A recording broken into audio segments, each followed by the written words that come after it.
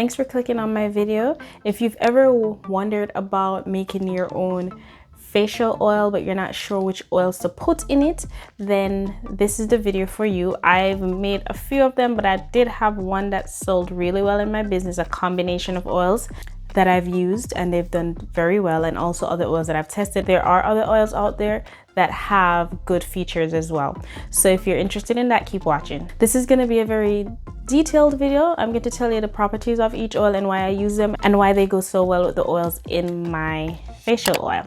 So let's begin. The first oil I want to go over is Metafoam Seed Oil. Metafoam Seed Oil, I wouldn't say it's a very popular oil because I don't see a lot of people using it. However, this oil is really good at what it does. It is an oil that it helps to break down blackheads. It helps to soften skin. It helps to smoothen skin as well. But I feel like it's underrated and a lot of people don't use it. I use this oil in my turmeric soap that I make. I also use it in my facial oil. I use it in my facial oil because of the ability of it being able to break down blackheads, and it also gives your skin, it purges the skin. But the great thing about it is it gives it a purge, it gives it a subtle purge. You know how some oils purge your skin, but you have like this massive breakout after using it? Metafoam oil doesn't do that. Instead, it gives you a very subtle purge. So what you will see is like every few days or so, you see probably like a little bit of whiteheads popping up that you can literally just wash off your face and you're good to go. So you don't have to worry about a very aggressive, purge, or a very aggressive purge or detox when using Metafoam Seed Oil. So that's why I add it in my facial oil, and I think it's a great oil, a very good oil to add it in. Even though it's underrated and a lot of people don't talk about it or use it, I think it's a good oil to add to your collection for your facial oil. Metafoam Seed Oil is great to use if you're concerned about acne prone skin, sensitive skin, or oily skin. So this would definitely be an oil to add in your collection if you're worrying about any type of those type of situations. The next oil I want to go over is Jojoba Oil. Jojoba Oil is, I would say, compared to the other oils that I use, I think this one is a bit more on the pricier end. So you pay more for like a smaller bottle of Jojoba Oil compared to Metafoam Seed Oil. That's the next thing I forgot to mention. Metafoam Seed Oil is on the affordable side as well. So that's the next thing. That's the only thing I'd say about Jojoba Oil. I will say it is priced on the higher end, which is okay because you're not going to use a lot of it. And as I mentioned before in my body oil videos, when you're using oils that are more expensive, you use it at a lower percentage. So you can use it, but use a lower percentage of it and still get great benefits. So Jojoba Oil is great for smoothing out rough skin.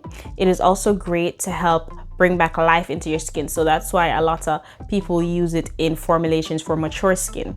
The next great thing about it is that it is easily absorbed into the skin, and it absorbs quickly as well. So it's easily absorbed and it does it quickly. So you don't have to worry about anything sitting on your face for way too long with Jojoba Oil. But it is also great for combination skin as well. So that is why it is in my facial oil, because my facial oil is considered a lightweight facial oil, which is, it's not too heavy, it's not too light, but it's absorbed into the skin, and a little bit of it goes a long way. So the next oil that I use in my facial oil, which is a bit more pricey as well. Yeah, I have a trend here, I like the pricier oils, but it is what it is. I use rosehip oil. Rosehip oil is another oil that I use at a lower percentage in this facial oil. So rosehip oil is a very lovely oil, has great properties for the skin, as you guys may know. It is great for acne prone skin. It is great for cleansing skin. If you use it to cleanse, that's a great oil that you'd use to cleanse for like the oil cleansing method. It is also great to help reverse hyperpigmentation. However, I do think in order to get the benefits where it's reversing hyperpigmentation, you might need to use it at a higher percentage. I've tried it at a lower percentage and I don't see as much turnover. Maybe like 10-15% might get you that result that you're looking for, but it is still a great oil and it has great benefits, and it makes your facial oil feel so great, especially for dry skin. So as you guys know, I am a fan of castor oil. However, castor oil can be very drying. I do use it in my facial oil, but my kind of trick of using it is not using it at a high percentage. I use it, as I mentioned, in my body oil, my lightweight body oil. I add it to my facial oil to help prevent that greasy feeling, so I don't use a very high percentage. In my facial oil, it might be 5 or 7%, and I'm really putting it in there just to get, you know, just to take away that dry, that oily feeling from the other oils. And then when you place it on your skin, it's not drying out your skin, but the oils are not too heavy, if that makes sense. So that's why I combine those oil together so I can get that effect, and it does work, and a little bit of it goes a long way. But for the benefits of castor oil, other than it helping to purge your skin from time to time, it also increases cell turnover, and this is why a lot of acne, it is used in a lot of acne treatment. So it's like a double-edged sword, you know, sometimes it can be drying, but it does help with cell turnover. With all the oils that you're using, the best way is by adjusting the percentage. Find the perfect percentage for you in your formulation to get the desired results that you're looking for. Because it might be a drying oil like castor oil, but when I mix it with these oil that I mentioned before in my facial oil, it's not drying, right? It doesn't do that, give that drying effect that other people might feel if you just use a lot of castor oil, or if you just were just trying to use castor oil alone, you know, something like that on your face. So it's all about the combination of the oils. You know, it's all about creating that nice synergy to make sure the oils work together instead of against each other, so that it can help your skin and help your customer. Now, castor oil is optional. You don't have to put it in there. This is just what I did in my combination, and that's what worked. But if you choose not to, that's fine. The other oils that I'm going to mention next are the oils that I suggest you can substitute and put in your facial oil, even though it's not in mine, because I use these oils in facial oils that I test on myself and that I've been using for myself, and I've given to other people to use, just because I never sold it. But you know, that's what happens when you're a creator. You create things, sometimes you don't really put it on the market, you just end up using it, giving it to family members, and it yields good results. All right, so let's get into it. Of course, the next oil I am going to mention is grapeseed oil. Grapeseed oil is an oil that is used in body oils. It is used in body butters, but it is very, how should I say it? This is a great oil to use in skincare as well. It is a great oil to use in facial oil as well, especially because of its easily absorbed and moisturizing characteristics. This oil is one of the most affordable, in my opinion, most affordable moisturizing oils that you can find, that is easily absorbed in your skin, and it has such, the way how it makes your skin feel when it is not inside your oil mixture, you can tell. That's how good it is. So that's why I would suggest, you know, if you want to substitute any of these oils, or if you just want to make a facial oil and you're just looking for another oil to add to it, try grapeseed oil. Grapeseed oil is also, as I mentioned previously, you know, I use it on my face. I do have oily skin, so it is suggested to use it for acne prone or oily skin as well. But as I mentioned earlier, if you want to test it out, say you have combination skin, or you say you have dry skin, I think it is very important that you test it out with maybe like a lower percentage, because when grapeseed oil is placed on your skin, it does this moisturizing thing.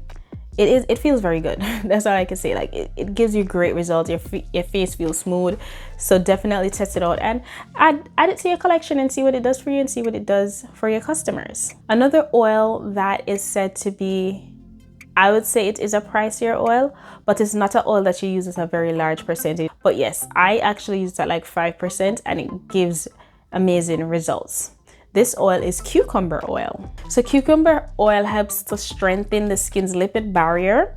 It helps to maintain moisture on your skin. It helps to maintain the moisture balance, smooth the skin surface. It also helps to restore elasticity. It also encourages cell regeneration. So cucumber oil is a very good oil to put in a facial oil, and because you're using it at such a low percentage, you don't have to, even though it's pricey, you can add it at a small percentage and still get good results from it. So that's a great oil to add into facial oils. Cucumber oil is also suitable for most skin types. So you can use it in dry skin formulations, acne skin formulation, anti-aging skin formulation.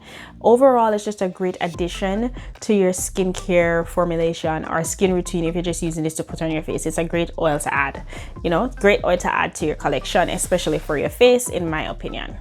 Something else I wanted to add before I go is that in my formulation, my main oil, you know, is Metafoam seed oil. That's what takes up the larger percentage of my formulation, so that I can add these more expensive oils as a smaller percentage and still have a complete formulation that works. So I would suggest, if you're interested in creating a facial oil, and you say you're going to use any one of these oils, maybe some of the expensive oils, definitely make sure your base oil, your main oil that's going to take up the larger percentage of the oil, is a cheaper oil with great qualities, because that helps with pricing overall, and it helps in the long run, so you don't have to spend a lot of money creating this product. All right, all these oils that I've mentioned, I've personally used them myself. I've used them in formulations. The first few oils that I mentioned, I've used in my formulation that I sell to customers and get good reviews. So I hope this helps you. I hope this helps with your business. Thanks for watching. I am on my road to 200 subscribers. So definitely subscribe, like, share, leave a comment, and let me know what you think. Thank you. Have a wonderful day.